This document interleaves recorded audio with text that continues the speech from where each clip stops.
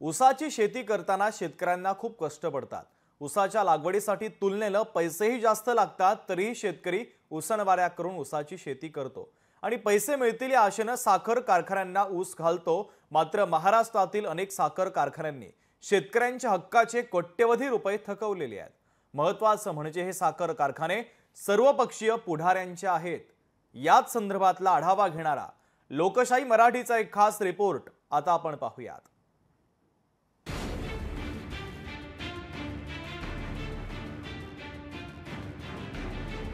शेतकऱ्यांचे कोट्यवधी रुपये थकवले, साखर कारखान्यांची मुजोरी कधी थांबणार?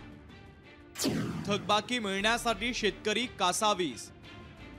शेतकरी कर्जकज्जे करून उसणवाऱ्या करून ऊसाची लागवड करतो, खिशाला चाट लावून खत घालतो, रात्री अपरात्री जागरण करून ऊसाला पाणीही देतो आणि अखेरीस टोळीसाठी पैसे मोजून ऊसाची काढणी करतो आणि कारखान्याला पाठवतो। आज पैसे मिळतील, उद्या पैसे मिळतील अशा आशेवर तो जगत राहतो, पण कारखाने काही शेतकऱ्यांच्या हक्काचे पैसे देतच नाही। असा प्रकार महाराष्ट्रातील अनेक कारखान्यांनी केलाय। त्याला अपवाद सोलापूर देखील नाहीये। सोलापूर जिल्ह्यातील 15 साखर कारखान्यांनी शेतकऱ्यांची 155 कोटी रुपयांची एफआरपी थकवलेली आहे। साखर कारखानदारांची मुजोरी सुरू आहे। शेतकऱ्यांचं बिल न देता शेतकऱ्यांना उलटसुलट उत्तर देण्याचं काम हे साखर कारखानदार करत आहे।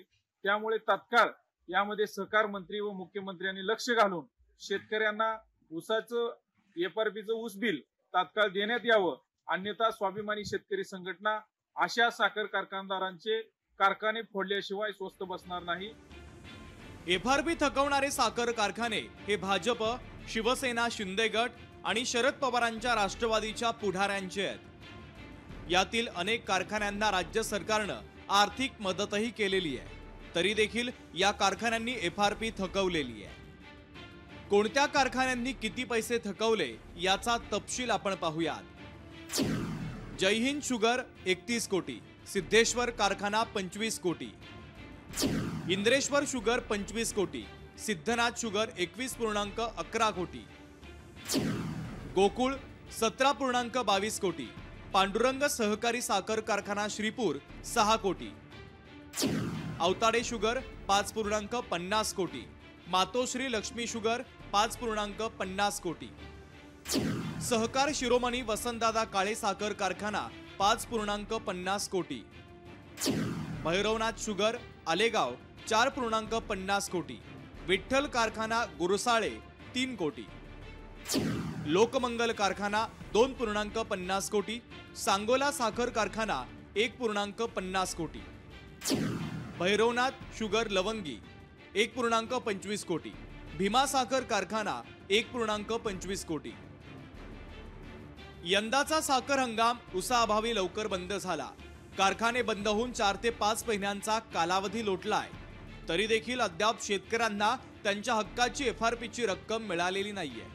त्यामुळे या साखर कारखान्यांनी शेतकऱ्यांचे पैसे तातडीने द्यावेत, यासाठी सरकारनं कारवाई करण्याची गरज निर्माण झाली आहे।